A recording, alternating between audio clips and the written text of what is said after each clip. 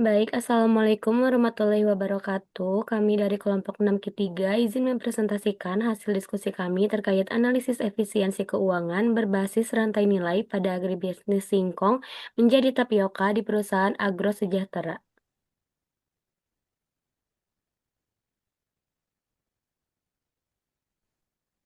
Next. Ini ada anggota kelompok kami. Yang pertama itu ada Aulia Zahra, lalu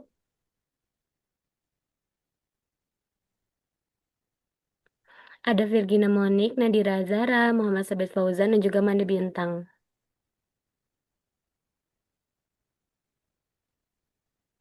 Masuk ke latar belakang, jadi sektor agribisnis memiliki peran penting dalam perekonomian karena tidak hanya mencakup kegiatan produksi, tetapi juga pengolahan, distribusi, dan pemasaran yang membentuk suatu rantai nilai untuk menciptakan nilai tambah produk.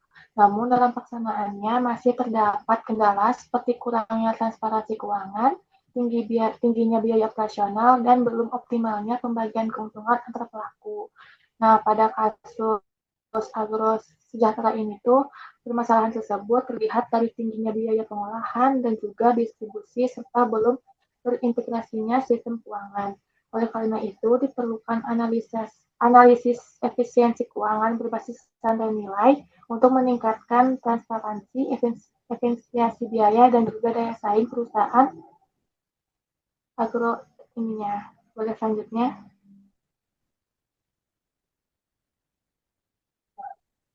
Nah, jadi pembahasan pertama ini itu ada peta rantai nilai pada agro sejahtera. Jadi ada 3 subsistem, yaitu subsistem hulu, produksi dan pengolahan, serta subsistem hilir.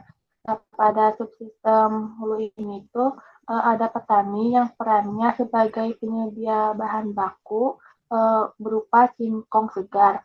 Nah, kegiatan utamanya ini tuh kayak penyediaan bibit, budidaya, pemeliharaan, panen, dan juga uh, hasil panennya ini tuh akan ke pabrik pengolahan. Nah, kualitas dan juga kuantitas pasokan singkongnya ini tuh sangat menentukan kelancaran dari proses produksinya. Lalu selanjutnya ini tuh ada subsistem produksi dan juga pengolahan. Jadi agro sejahtera ini tuh mengolah singkong menjadi tepung tapioka melalui beberapa tahapan. Nah, tahapan ini tuh yang pertama ada penerimaan bahan baku, sortasi, pencucian, penghancuran singkongnya, ekstraksi pati, pengeringan, dan juga pengemasan. Lalu yang selanjutnya ini tuh ada subsistem hilir di mana si distributor ini bertugas menyalurkan produk kepada konsumen akhir.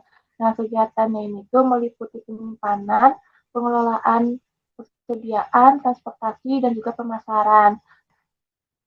Oke, selanjutnya ini ada alur biaya dan juga penerimaan. Nah, pada tingkat petani itu diperoleh penerimaannya ada agro sejahtera sebesar 1.000 per kilogram.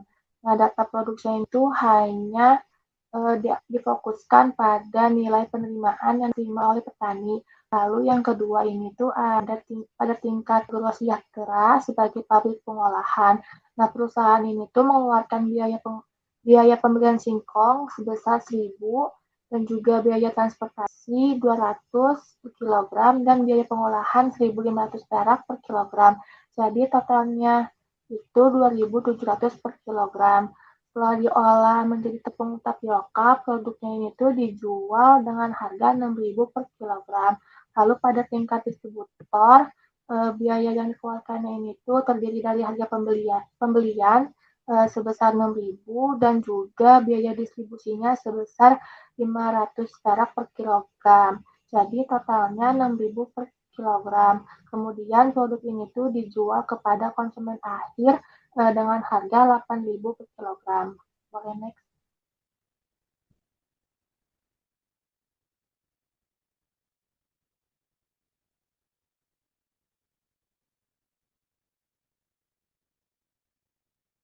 Selanjutnya, ini ada manfaat keuangan terintegrasi. Yang pertama itu ada meningkatkan transparansi informasi keuangan. Jadi seluruh transaksinya ini tuh dapat terdokumentasi secara jelas sehingga semua pihak ini tuh dapat mengetahui aliran dana yang terjadi pada setiap tahapan rantai nilainya. Lalu yang kedua ada mempermudah pengendalian biaya operasional. Dalam kasus agrosejahtera ini itu biaya transportasi, pengolahan, dan juga distribusi dapat dipantau secara akurat sehingga manajemennya itu dapat menentukan langkah efisiensi yang tepat. Lalu yang ketiga ada mendukung pengambilan keputusan yang lebih cepat dan tepat. Informasi keuangan yang tersedia ini tuh secara real time yang memungkinkan manajemennya memperoleh gambaran kondisi keuangan perusahaan ini tuh secara menyeluruh. Lalu yang keempat, ada meningkatkan koordinasi antar pelaku dalam rantai nilainya. Jadi setiap pelakunya juga dapat mengakses informasi yang relevan sesuai dengan kebutuhan dan tanggung jawabnya. Lalu yang terakhir ada sistem pembagian keuntungan yang adil. Jadi data biaya dan penerimaan yang tercatat ini tuh kan secara transparan, di mana memungkinkan perusahaan menghitung kontribusi masing-masing pelaku terhadap penciptaan nilai tambah produknya. Boleh nih.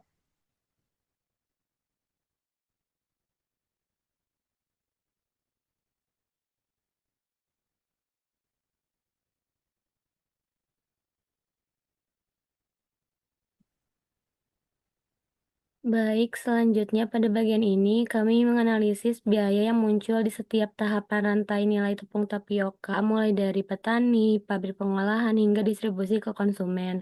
Nah, di tahap hulunya ini biaya utamanya berasal dari pembelian singkong sebesar 1.000 per kilogramnya dan biaya transportasi bahan baku sebesar 200 per kilogram. Dari perhitungan yang dilakukan, biaya pembelian singkongnya ini menyumbang sekitar 83,33% dari total biaya hulunya sehingga menjadi komponen biaya terbesar pada tahap ini.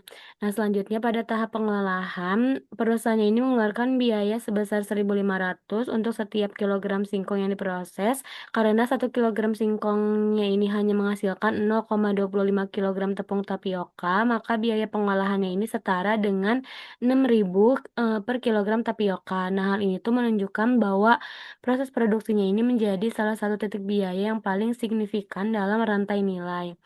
Lalu pada tahap hilir, biaya yang dikeluarkannya ini adalah biaya distribusi sebesar 500 per kilogram tapioka. Jadi jika dikonversi terhadap 1 kilogram singkong, biaya distribusinya ini menjadi 125. Meskipun, nilainya ini lebih kecil dibandingkan dengan biaya pengolahan, tapi efisiensi distribusinya ini tetap penting karena, berpengaruh terhadap harga jual dan juga daya saing produk. Jadi berdasarkan seluruh komponen biaya tersebut, diperoleh total biaya terintegrasi atau bisnis total cost-nya ini sebesar 2.825. Nah, angka ini tuh menggambarkan total biaya yang harus ditanggung sepanjang rantai nilai hingga produknya ini sampai ke konsumen akhir. Boleh next.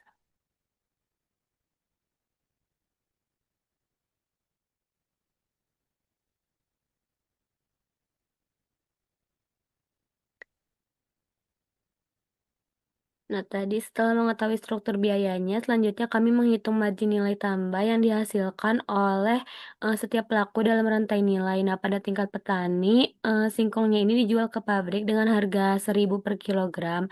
Karena data biaya produksi petani ini tidak tersedia di dalam kasus, jadi nilai tersebutnya ini digunakan sebagai pendekatan kontribusi nilai tambah dari sektor hulu, yang dimana nilai tambah petaninya ini 1.000 per kilogram singkong. Lalu pada tingkat pabrik, singkongnya ini diolah menjadi tepung tapioka. Dari 1 kilogram singkong dihasilkan 0,25 kilogram tapioka yang dijual seharga 6.000 per kilogram, yang dimana nilai output yang dihasilkan ini sebesar 1.500 sehingga nilai tambah yang tercipta dari proses pengolahannya itu adalah 500. Dan nilai tambah sebesar 500 ini menunjukkan bahwa aktivitas pengolahannya ini berhasil meningkatkan nilai ekonomi singkong melalui proses transformasi menjadi tepung tapioka yang memiliki nilai jual lebih tinggi.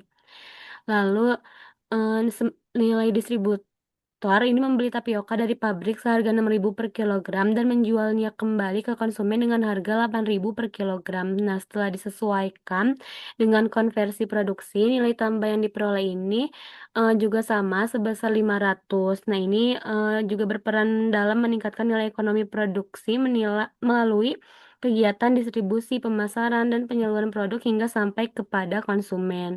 Jadi, jika seluruh nilai tambahnya dijumlahkan, total nilai tambah rantai nilainya ini mencapai 2.000. Nah, kontribusi terbesarnya berasal dari petani, yaitu sebesar 50%, sedangkan pabrik dan distributor ini masing-masing berkontribusi sebesar 25%.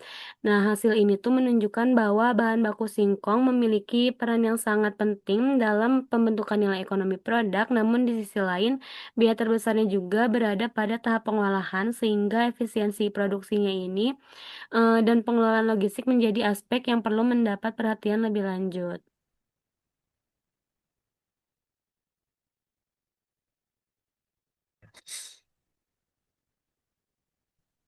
Selanjutnya masuk ke dalam simulasi pembagian margin secara proporsional. Jadi pembagian margin secara proporsional dilakukan berdasarkan kontribusi nilai tambah masing-masing pelaku dalam rantai nilai. Jadi sistem ini bertujuan untuk menciptakan pembagian keuntungan yang lebih adil dan transparan sesuai peran setiap pelaku usaha. Untuk rumusnya sendiri ada di MI sama dengan FAI per sigma VA dikali TM dengan masing-masing artinya yakni MI sebagai margin pelaku ke I, VAI sebagai nilai tambah pelaku ke I, sigma VA menjadi total nilai tambah seluruh pelaku, dan TM menjadi total margin terintegrasi. Jadi dalam simulasi ini, TM diasumsikan sama dengan total nilai tambah yang dihasilkan dalam rantai nilai, yaitu sebesar 2.000 per kilogram singkong. Untuk hasilnya sendiri, petani ada di 1.000 per 2.000 dikali 2.000 sama dengan Rp1.000. Pabrik ada di 500 dibagi 2.000 dikali 2.000 sama dengan Rp500. Dan yang terakhir distributor dengan pembagian 500 per 2.000 dikali 2.000 sama dengan Rp500.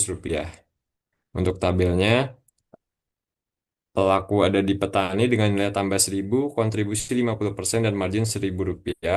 Pabrik memiliki nilai tambah 500 dengan kontribusi 25% dan margin Rp500. Distributor dengan nilai tambah 500 memiliki kontribusi 25% dengan margin Rp500. Untuk total sendiri nilai tambah di 2.000, kontribusi 100% dan margin Rp2.000. Berdasarkan hasil simulasi, petani memperoleh margin terbesar yaitu sebesar 1.000 atau 50% dari total margin terintegrasi. Hal ini menunjukkan bahwa petani memiliki kontribusi terbesar dalam penciptaan nilai tambah melalui penyediaan bahan baku utama berupa singkong. Sementara itu, pabrik dan distributor masing-masing memperoleh margin sebesar Rp500 atau 25% dari total margin karena memiliki kontribusi nilai tambah yang sama dalam proses pengolahan dan distribusi produk. Next. Masuk ke rekomendasi sistem pelaporan keuangan bersama. Yang pertama dengan menerapkan sistem share reporting yang mengintegrasikan data biaya dan penerimaan dari petani, pabrik, dan distributor dalam satu platform. Selanjutnya melakukan pencatatan keuangan yang sangat terstandarisasi agar biaya bahan baku, transportasi, pengolahan, dan distribusi dapat dipantau secara akurat. Yang ketiga memanfaatkan data keuangan untuk evaluasi biaya sehingga perusahaan dapat mengidentifikasi tahapan dengan biaya tertinggi dan meningkatkan efisiensi operasional. Yang terakhir, meningkatkan transparansi dan koordinasi antar pelaku rantai nilai untuk meminimalkan ketidaksesuaian data serta mendukung pembagian margin yang lebih jelas dan adil. Untuk hasil yang diharapkan, yakni biaya lebih efisien, pengambilan keputusan lebih tepat, dan keberlanjutan usaha agrosejahtera meningkat.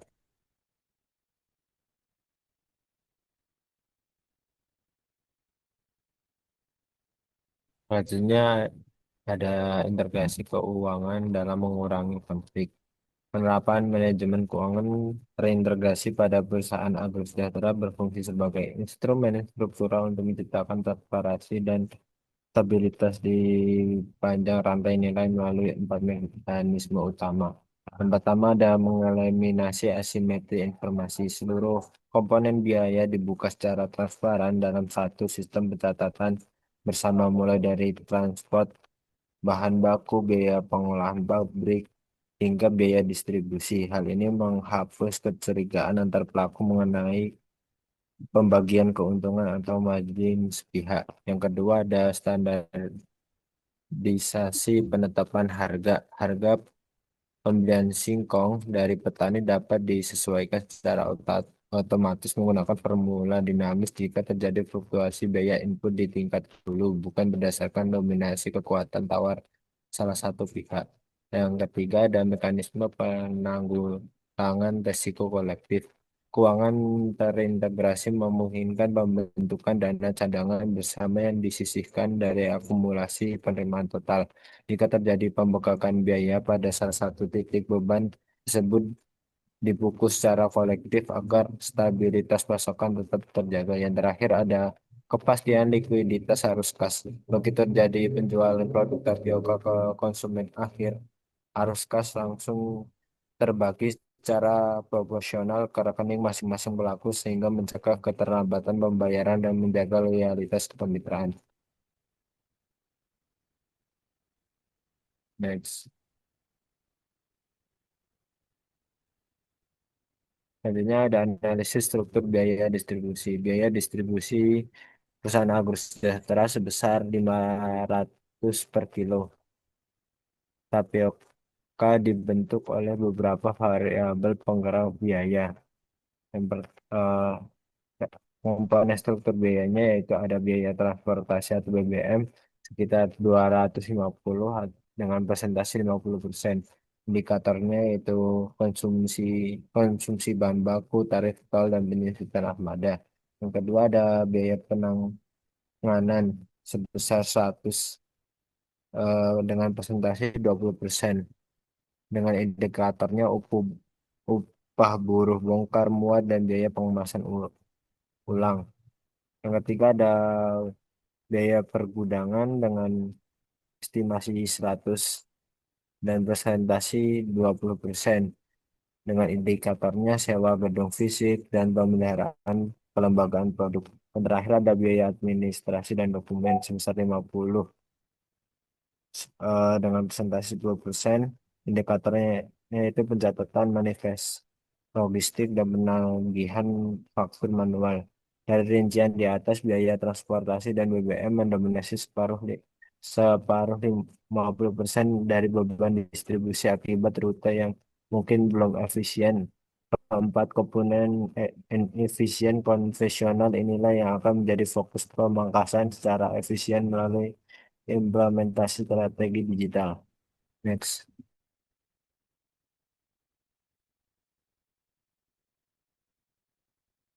Selanjutnya adalah strategi efisien distribusi berbasis digital. Berdasarkan analisis biaya distribusi, Agrosejahtera perlu menerapkan teknologi digital untuk meningkatkan efisiensi operasional dan menekan biaya distribusi dengan biaya distribusi saat ini sebesar 500 ribu rupiah per kilogram tepung tapioka. Perusahaan menargetkan pengurangan biaya minimal 10% melalui digitalisasi tanpa mengurangi kualitas layanan kepada konsumen. Yang pertama ini ada AI driven route optimization dengan rumus tata biologi digital, manajemen sigma distance dikali cost biaya ditambah delay penalty. Di sini pada strategi pertama ini diasumsikan penggunaan AI mampu mengurangi biaya distribusi sebesar 5%. Angka 5% ini dipilih karena biaya transportasi biasanya merupakan komponen terbesar dalam distribusi. Untuk perhitungannya ini pengamatan biaya distribusinya tuh 500 ribu rupiah dikali dengan 5% yang dapatkan hasilnya 25 ribu rupiah per kilogram. Lalu biaya distribusi setelah optimasinya sama dengan 500 rupiah dikurang 25 rupiah sama dengan 475 rupiah per kilogram tapioka. Selanjutnya ini ada logistik dan procurement dengan rumus tata biaya logistik digital.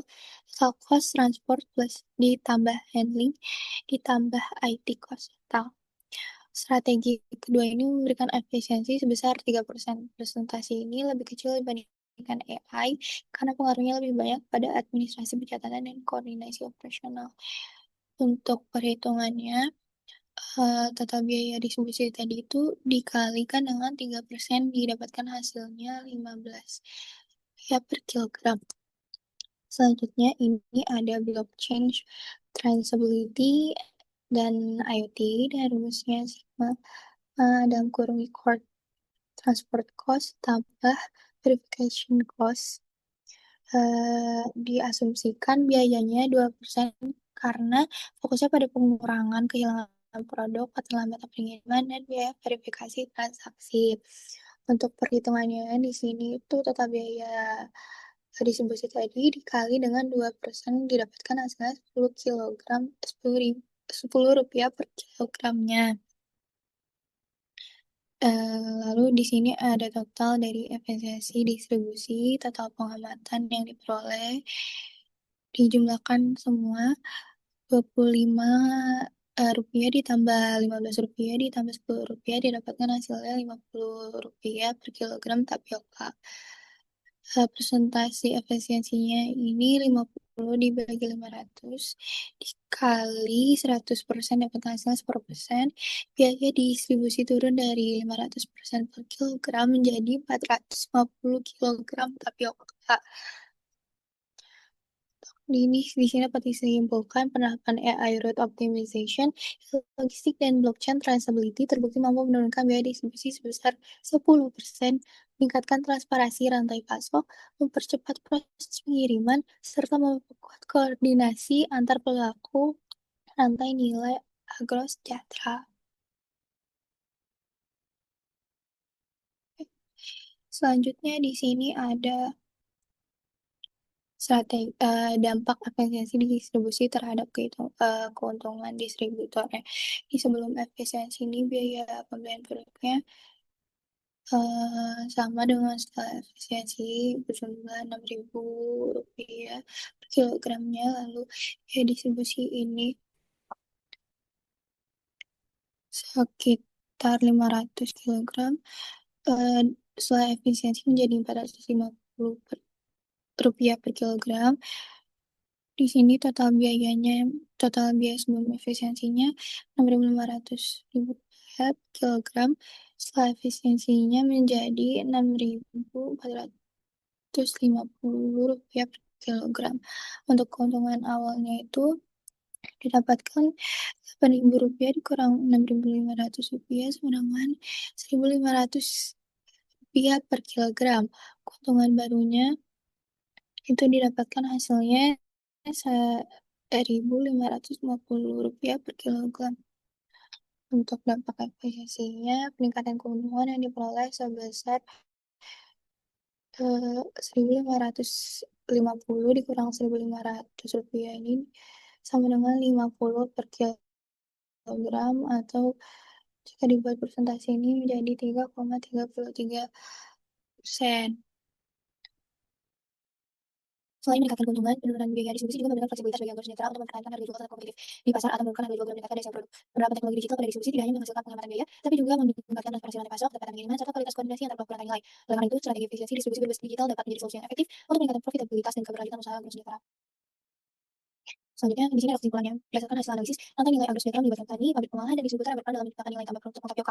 Kontribusi nilai tambah terbesar berasal dari petani sebesar 50%, sedangkan pabrik dan distributor masing-masing sebesar 25%. Penerapan keuangan terintegrasi serta pemanfaatan teknologi digital dalam distribusi terbukti mampu meningkatkan transparansi, efisiensi biaya, keuntungan pelaku usaha, dan daya saing agrosejahtera secara berkelanjutan. Untuk sarannya dari kami, yang pertama ini penerapan sistem keuangan terintegrasi untuk meningkatkan transparansi dan efisiensi rantai nilai.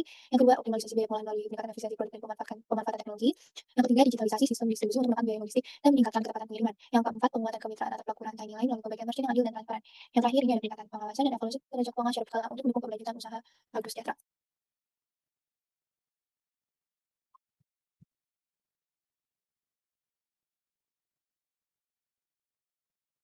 Baik, selanjutnya kami lanjut ke presentasi TM13 terkait analisis fintech pada digital finance untuk agribisnis jagung pada mitra tani farm melalui crowdfunding dan blockchain.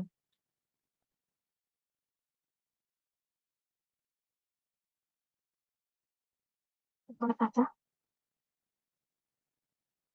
Masuk ke latar belakang, jadi sektor agribisnis memiliki peran penting dalam perekonomian Indonesia, tetapi masih menghadapi kendala permodalan. Jadi perkembangan finansial teknologi atau fintech ini menawarkan alternatif pembiayaan yang lebih mudah dan juga cepat melalui mekanisme crowdfunding dan teknologi blockchain. Salah satu penerapannya adalah kerjasama dengan mitra tani farm dengan tani farm dalam budidaya jagung. Jadi meskipun memberikan peluang meningkatkan akses modal, fintech agribisnis juga memiliki berbagai risiko yang perlu dikelola untuk mendukung kelanjutan usaha pertanian. Nah, ini ada wakil mitra Tanikamnya. Jadi mitra Tanikam ini merupakan kelompok petani jagung di Jawa Tengah yang menghadapi kendala keterbatasan mitra usaha. Nah, untuk mengalami masalah tersebut, mitra Tanikam bekerjasama dengan Tanipan, platform fintech berbasis crowdfunding yang menghubungkan petani dengan investor. Melalui kerjasama ini berhasil dihimpun dana sebesar 500 juta dari sekitar 1.200 investor dalam waktu 14 hari untuk mendukung budidaya jagung seluas 1 hektar. Tapi pembiayaan itu menggunakan sistem bagi hasil dengan ROI 12-15% per tanamnya. Jadi meskipun memperluas akses pengenalan, model ini juga menghadapi risiko gagal bayar sehingga memerlukan pengelolaan dan transparansi yang lebih baik.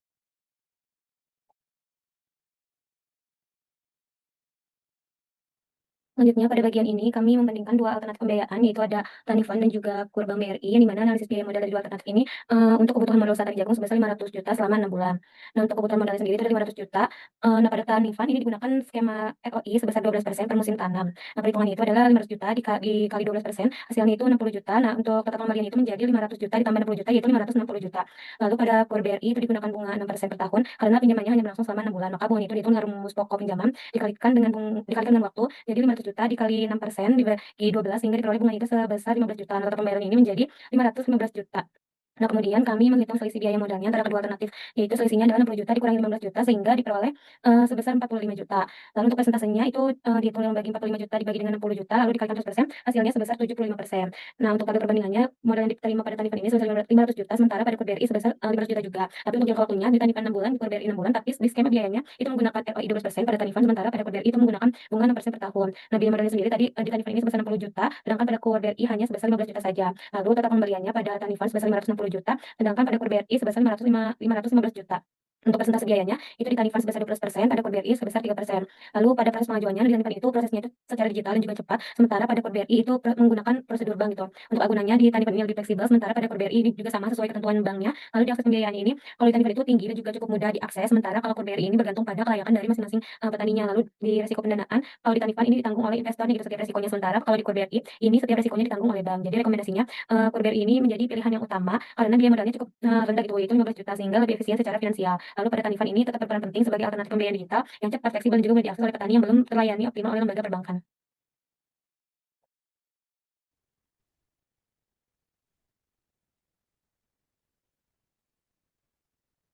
Simulasi arus kas kelompok tani jagung pada aplikasi buku warung. Yang pertama yaitu pada 6 Juni menerima pinjaman modal dari KUR BRI sebesar 500 juta. Dan pada 7 Juni membeli membeli benih jagung sebesar 100 juta. Di bulan di hari tersebut juga membayar upah tenaga kerja tanam sebesar 20 juta. Di bulan berikutnya yaitu membeli pupuk pupuk dan pestisida dan membayar upah pemeliharaan sebesar 75 juta dan 10 juta dan seterusnya. Mungkin eh, di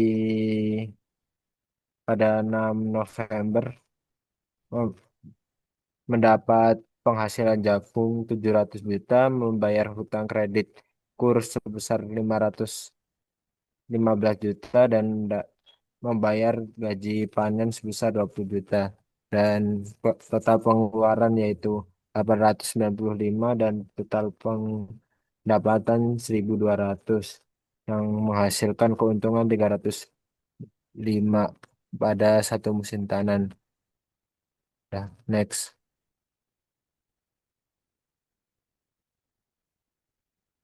Selanjutnya ini ada simulasi crowdfunding dan blockchain tokenisasi.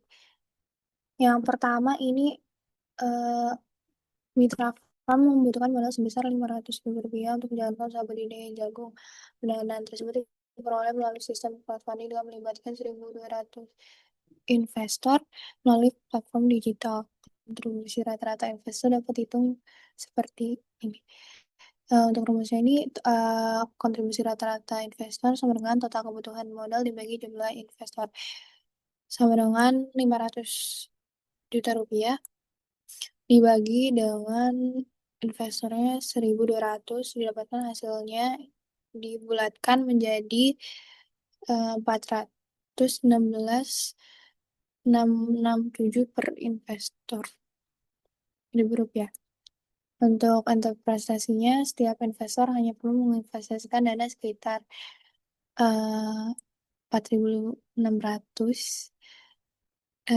rupiah untuk memenuhi kebutuhan modal usaha tadi sebesar 500 juta ribu rupiah. Hal ini menunjukkan bahwa crowdfunding mampu menjadi alternatif pembiayaan yang efektif karena modal usaha dapat dihimpun dari banyak investor dengan nilai investasi yang relatif kecil. Untuk tabel kepemilikan token dan investor ini, investor pertama ini jumlah tokennya 1, nilai investasinya 100 ribu rupiah, dividen per tokennya didapatkan 12, total dividennya 12.000 rupiah. Untuk hasil tabelnya seperti ini, dilanjut dengan simulasi blockchain dan tokenisasi. Dalam perkembangan fintech,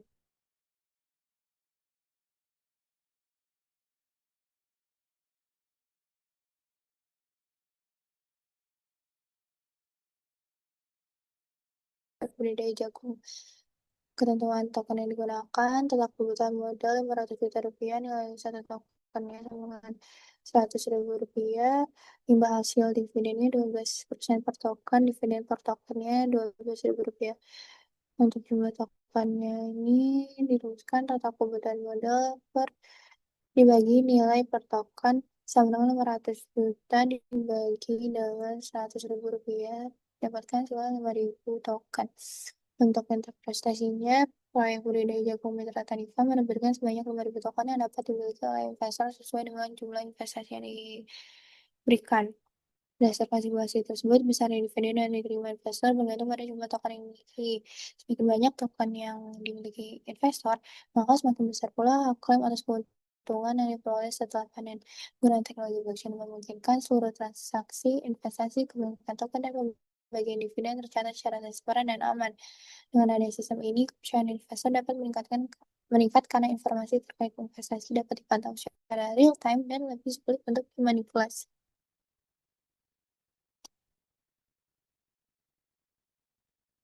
Selanjutnya ini ada analisis SWOT. Yang pertama ada kekuatan. Jadi penggunaan fintech ini tuh memberikan banyak keunggulan juga seperti akses modalnya yang lebih cepat, investor yang berasal dari berbagai daerah, serta tidak memerlukan agunan yang besar.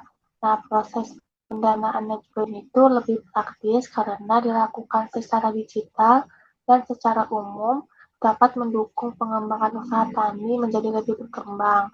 Lalu yang kedua ini ada kelemahannya, jadi seperti kayak ada rendahnya literasi petani, ketergantungan pada platform fintech, serta adanya risiko gagal bayar. Selain itu juga sistem ini itu membutuhkan jaringan internet yang stabil dan tingkat ROI yang relatif tinggi dibandingkan dengan kur. Lalu yang ketiga ini ada ancaman, risikonya itu seperti penipuan digital, perubahan regulasi fintech, gagal panen akibat cuaca ekstrim, fluktuasi harga jagung, krisis ekonomi yang menurun minat investasinya. Lalu yang keempat ini ada peluang. Nah, sektor ini juga tuh memiliki peluang yang sangat besar karena pertumbuhan agribisnisnya yang terus meningkat dan juga minat investor terhadap sektor pangan yang semakin meninggi. Selain itu juga perkembangan teknologi seperti blockchain dapat meningkatkan transparansi. Digitalisasi pertanian juga terus berkembang serta adanya dukungan pemerintah terhadap inklusi keuangan. Mulai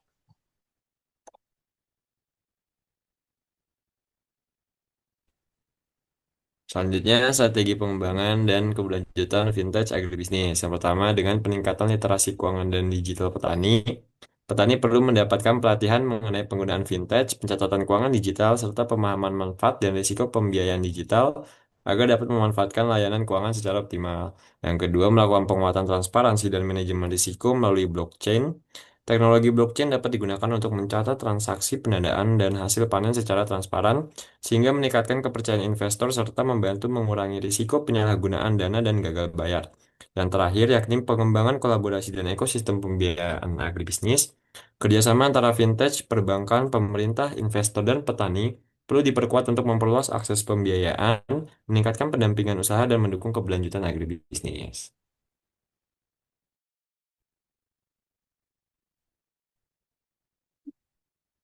Simpulan, fintech agribisnis melalui Tani Fund terbukti mampu meningkatkan akses pembiayaan bagi petani dengan menghimpun modal sebesar 500 juta rupiah dari 1.200 investor dalam waktu 14 hari, serta didukung inovasi digital seperti crowdfunding, buku warung, dan blockchain untuk meningkatkan transparansi dan akuntabilitas.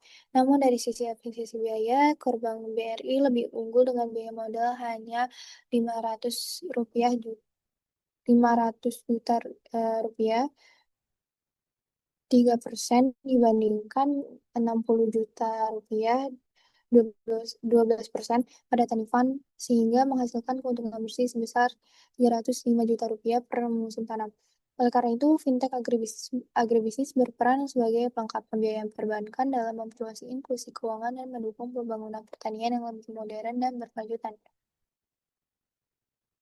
Selanjutnya, saran yang kami dapatkan yang pertama meningkatkan literasi keuangan dan digital petani melalui pelatihan penggunaan fintech dan pengelolaan keuangan usaha tani. Yang kedua, memperkuat transparansi dan manajemen risiko agar penggunaan dana, pengembangan proyek, dan pembagian keuntungan dapat dipantau dengan baik serta mengurangi risiko gagal bayar. Selanjutnya, ini ada mengoptimalkan pemanfaatan blockchain, gunanya untuk meningkatkan keamanan data, transparansi transaksi, dan kepercayaan investor. Yang keempat, ini ada memperkuat kolaborasi antara fintech, perbankan, pemerintah, dan pelaku agribisnis guna memperluas akses pembiayaan dan mendukung inklusi keuangan. Yang terakhir, ini ada memilih sumber pembiayaan sesuai kebutuhan dengan kurs sebagai pilihan yang lebih efisien dari sisi biaya dan fintech sebagai alternatif bagi petani yang sulit mengakses kredit perbankan.